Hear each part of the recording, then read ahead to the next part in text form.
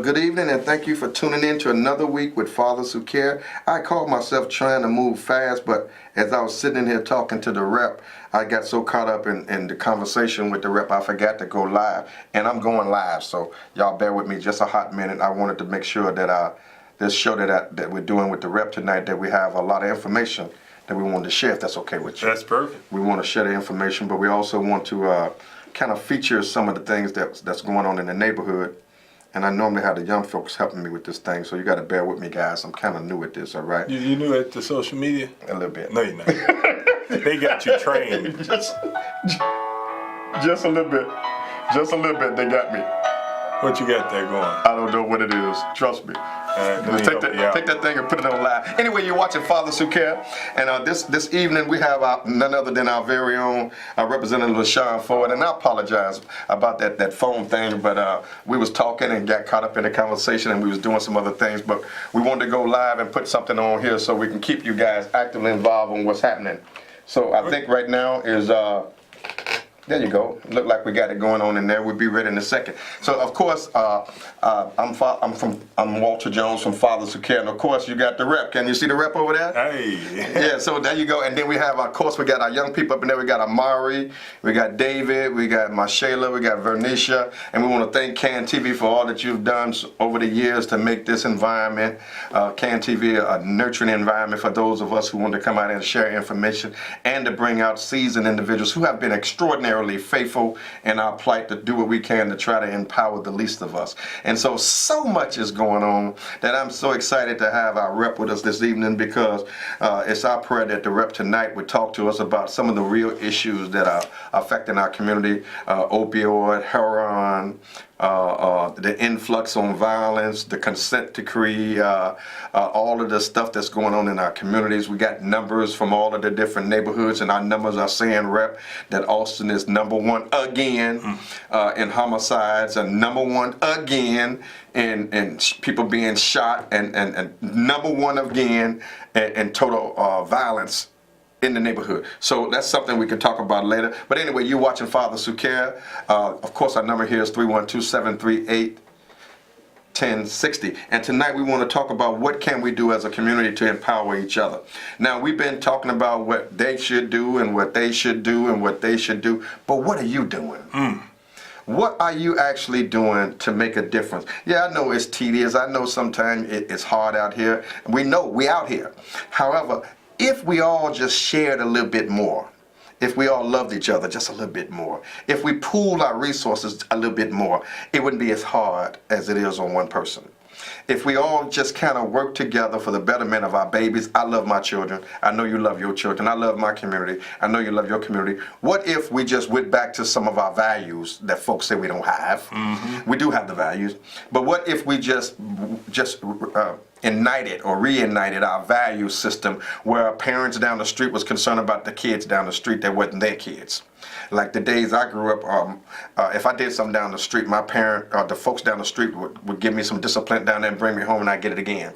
But anyway, you're watching Fathers Who Care this evening, and this show is, we want to use this show to talk about what are some alternatives that we can create in order to reduce this influx of violence in the community, and what's happening.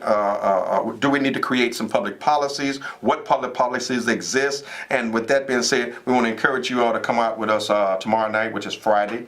We'll be on Van Buren and Springfield. Yes, I said it. Van Buren and Springfield, one of the most deleterious hot spots in the city of Chicago. We will be there on Van Buren and Springfield at 6 o'clock tomorrow. We're going to be having fun. We're going to be playing music, giving away book bags, giving away shirts, giving away gifts, feeding the folks, loving the folks, showing the people that we can work together. And of course, our rep hopefully will come by and say hello to us. We also invite other Representative Kanye Irvin and Alderman Irvin, and those of you, we got our partners, the CAPS, we got our partners, the West Garfield Park Youth Council, Increase the Harvest, Communities Partner for Peace. Oh, so many people. But let's do this. I'm gonna introduce the summer presenter others, none other than our Representative Shawn Ford of the 8th Legislative District. Representative Ford is a man of God, a proud father, of a daughter, a community servant for social change, and currently serves as the chairman of the Small Business Empowerment and Restoration Justice Committees. Is that true? That's right. Okay. Representative Ford, motto is, what's your motto? Well, you know Gandhi. Yeah. Gandhi is my motto. You know, if one fail, we all fail. We're all in it together. Okay, and also, brighter days are ahead for us. Yes. Right? Yes. Brighter days are ahead for us. And I believe that you're an extremely passionate individual in the community, because everywhere I look up in the neighborhood, you're there. I mean, literally.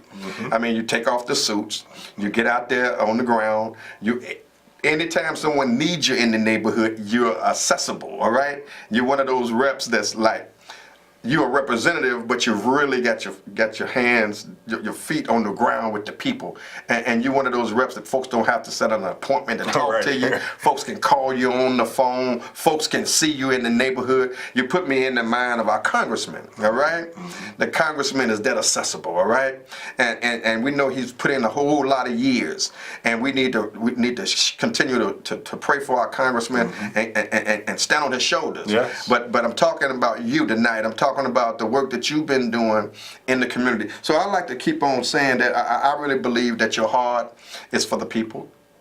I mean, everybody gets their days. Everybody has some good days and some bad days. But I want to say to you, Rep, personally, thank you for the encouragement. Thank you for the support over the years. Thank you for the listening ear. Thank you for any time I would come to Springfield, I can come into your office and you would always make me welcome. I like the fact that anytime I was in Springfield, anytime I see you, you've always been a cordial guy. You've always been extremely friendly and nice, and I know that's who you are. So, Rep, what we like to do tonight, if you don't mind, we have a few questions. Okay. And I'm really kind of salty tonight. Uh-oh. In that, my heart is heavy because I'm seeing these babies dying in record numbers. And I don't think men should just sit idly by and see our babies dying like this. I mean, when we see this type of influx of violence in our community, we should be rallying together to stop this, all right? Because it's not right, it's insane.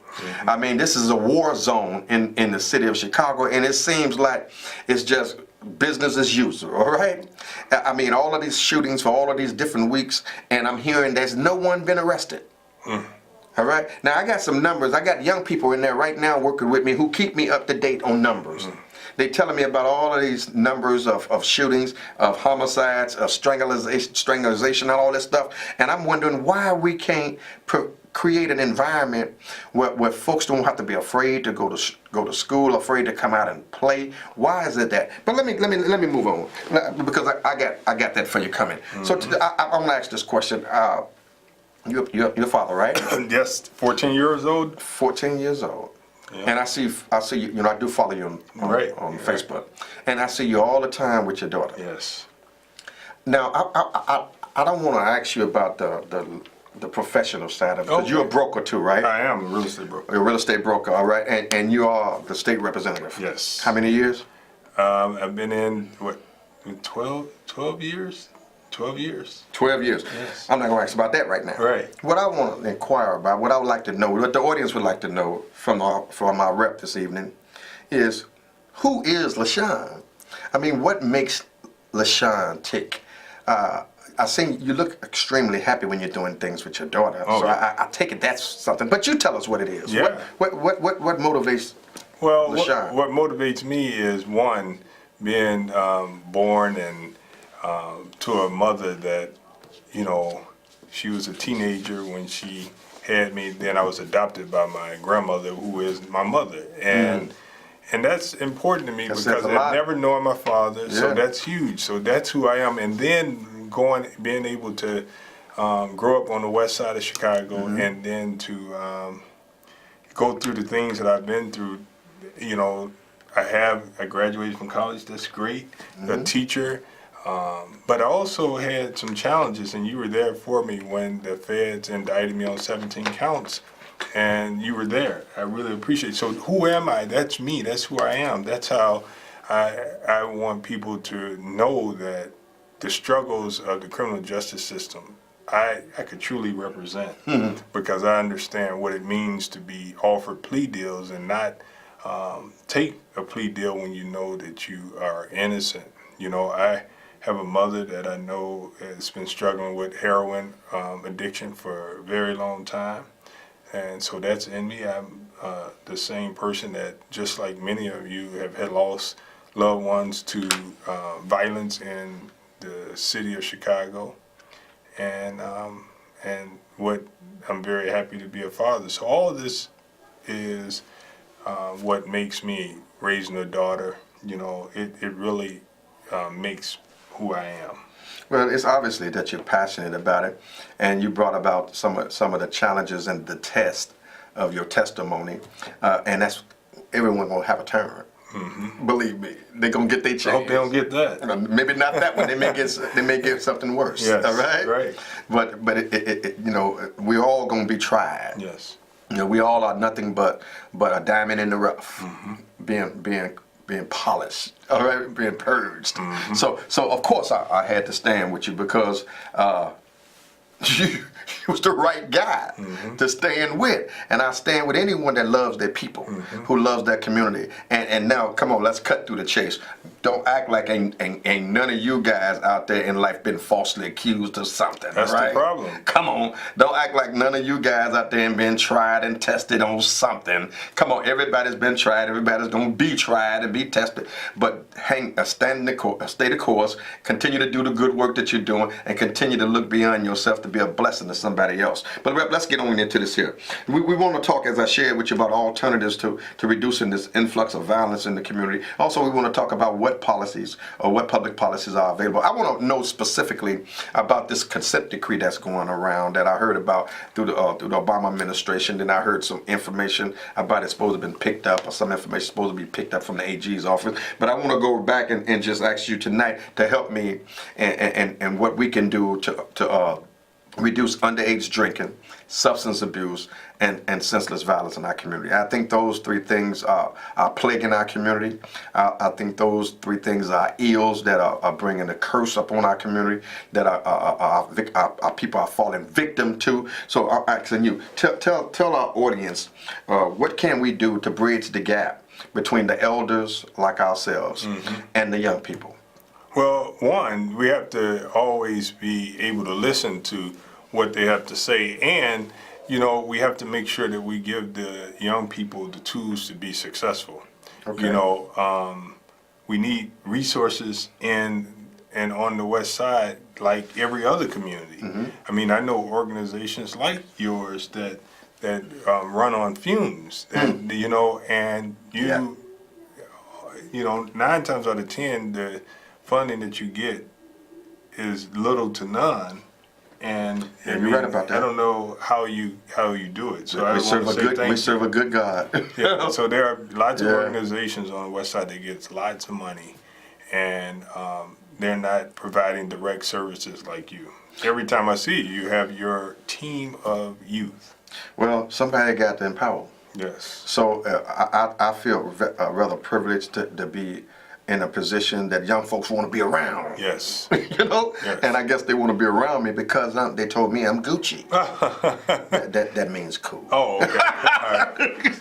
Hey, I'm telling you, they teach me all the language too. Right. You know, so it's a blessing for me to be able to hang out with the young folks, and for the young folks to believe in me enough to confide in me. Wisdom. And then to also know that I believe in them, and that my intentions are honorable, that I'm going to do whatever I can to empower them and make sure that they can be the best that they can be and present them with the most opportunities that's available. But what's the state? What is the state of the state? Is there a budget? Is there really a budget? Yeah, we have a budget. Is it? Yeah. How much is the budget this year? This time it's down to 30-some billion. $30 billion budget. So we but it's been cut drastically by the Reynolds administration. Okay.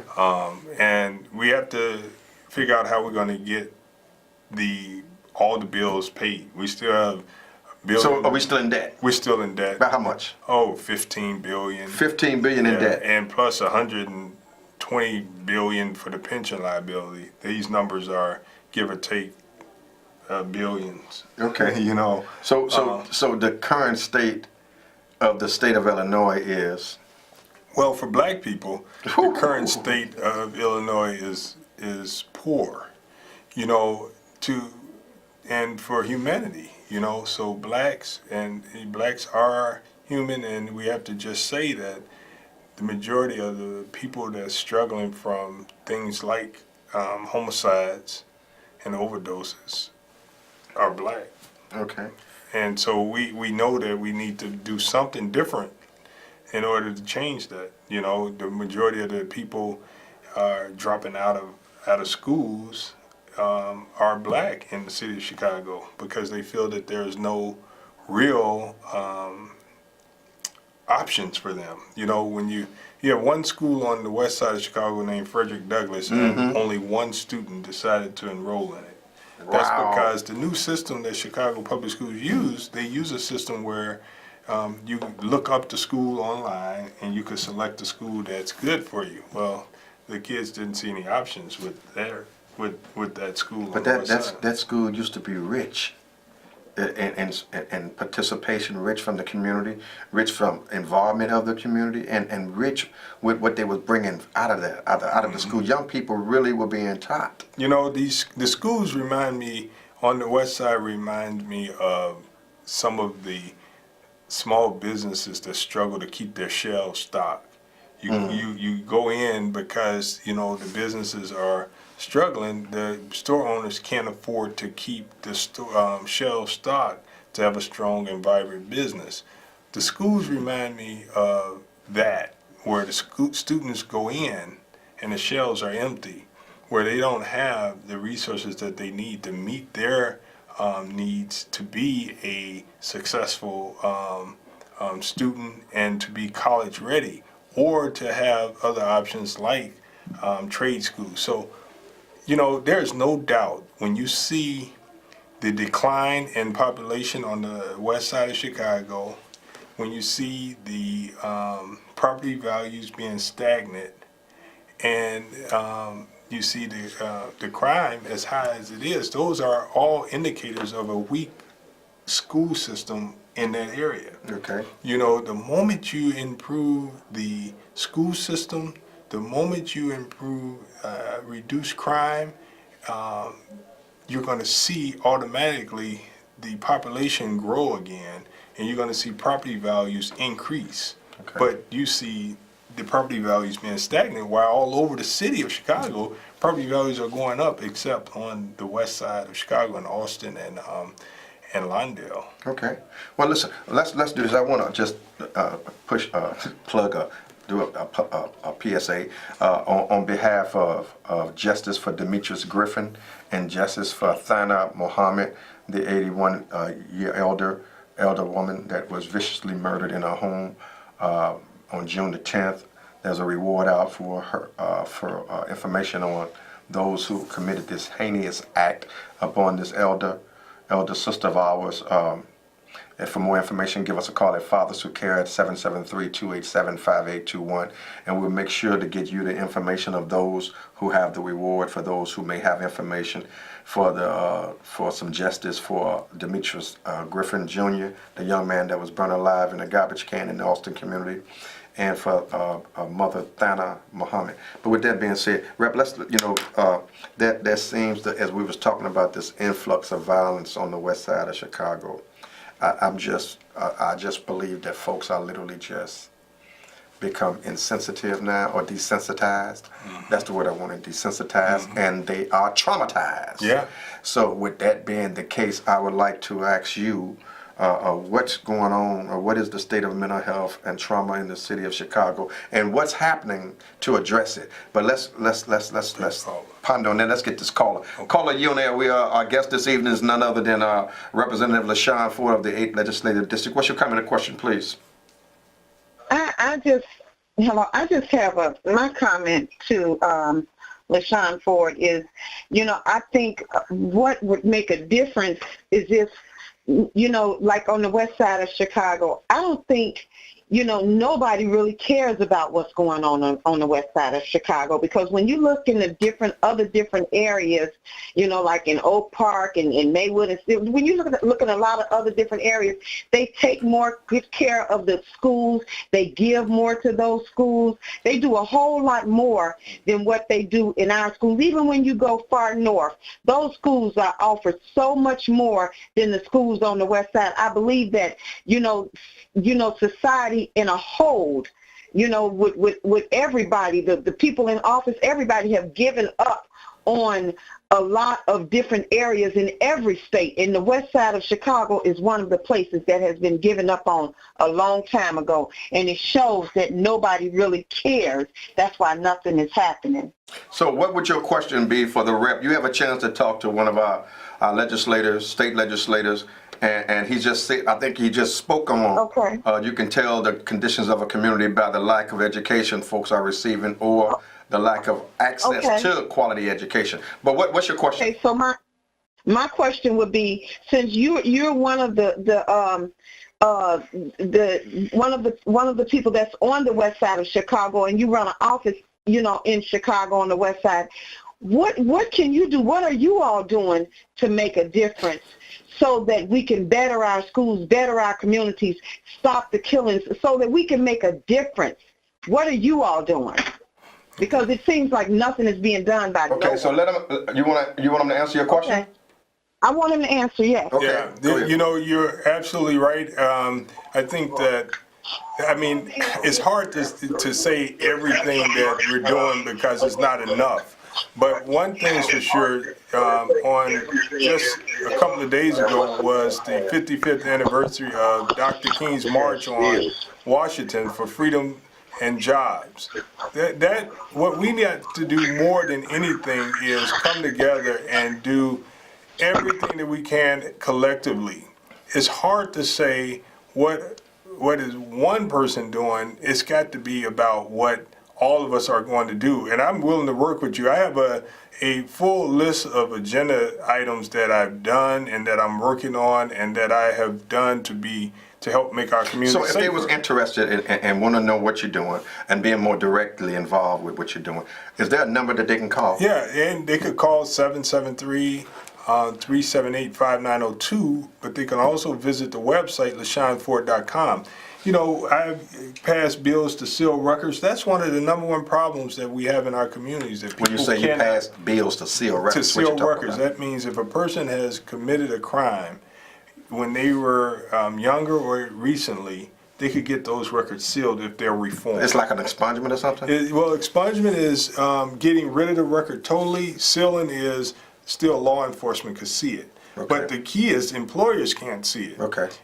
So that will provide an opportunity for that person to get a job without their past being that's right. a hindrance. And plus, we send jobs out. We've been sending jobs out, and people call us all the time that they've gotten jobs from our job leads. So they go out 7 days a week. So what's your website? What's the website? LaShawnFord.com. Okay. So if they want information, they can call you at 773-378-5902. 5902.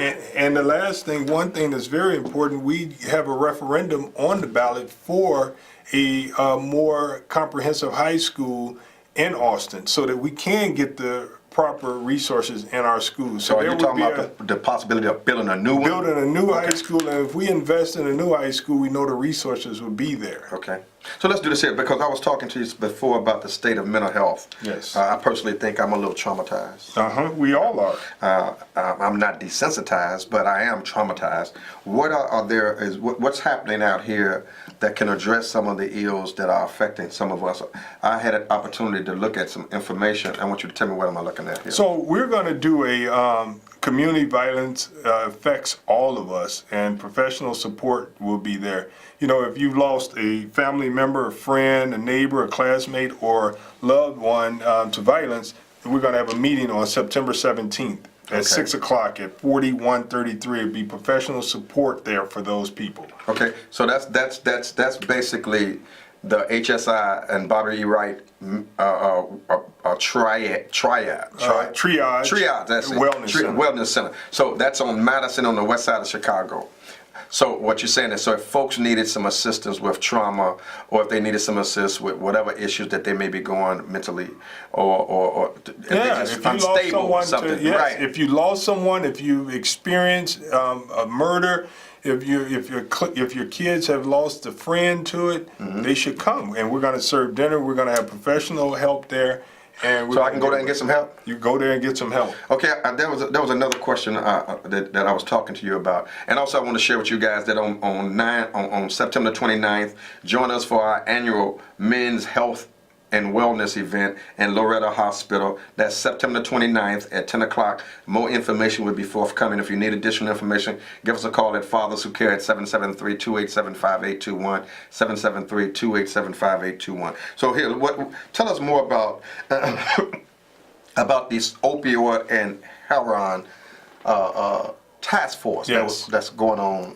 that you was involved in. Oh, that I'm involved in, and Right. I appreciate you being a part of it. You know, on the west side of Chicago, we receive, and we have just recently, Loretto Hospital had 10 overdoses in one day come into the emergency room. That means that there's a serious problem with heroin being infiltrated into the west side of Chicago, and it's causing lots of people to overdose. And so people should have naloxone available to help a person if they're overdosing. Tomorrow is Overdose Prevention Day. Okay. And so I think that everybody should find a way to become more knowledgeable about heroin and the effects and how and what we should be doing to prevent deaths from overdoses. So you was talking before about this task force. Now, what can we do to maximize and to develop this or expand the reach of this task force? Well, the key is organizations should be a part of it, because our goal is to raise awareness about the effects of opioids and heroin, which opioids are heroin. But the key is to raise awareness so that people understand that people don't have to die from heroin. Okay. And there's treatment for you to move from street drugs to prescription drugs, so that you could be so that you can protect yourself from overdoses. What is the and forgive me for jumping, but I feel compelled. What is the consent decree? The consent decree is something that came down from the federal government, saying that the Chicago Police Department have violations of human rights, and that they've been violating people in the city of Chicago, mostly black people. So that was the Justice Department. So when is this? You got an event coming up. We have an event coming up on September 4th, Right. and we're going to have Lisa Madigan, Attorney General Lisa Madigan's office, coming in to talk about the consent decree. The federal government refused to enforce the consent decree that their Justice Department gave. But Lisa Madigan, state attorney, decided that she was going to sue and come up with Illinois' own consent decree. So September the 4th. September 4th at the Austin Town Hall. So listen, the time on the wall is saying that we have to shut this down. But we want to thank the rep. His phone number again is 773-378-5902, or you can log on to LaShawnFord.com. And I want to say to you again, thank you all for all the work that you've been doing to empower our young folks. See you all tomorrow on Springfield and Van Buren at 6 o'clock. It's been a stone, guys. Honey, that's Don Canese, remember. But listen, thank you all so much for your faithfulness and your patience, and we'll see you soon. God bless you, and good night.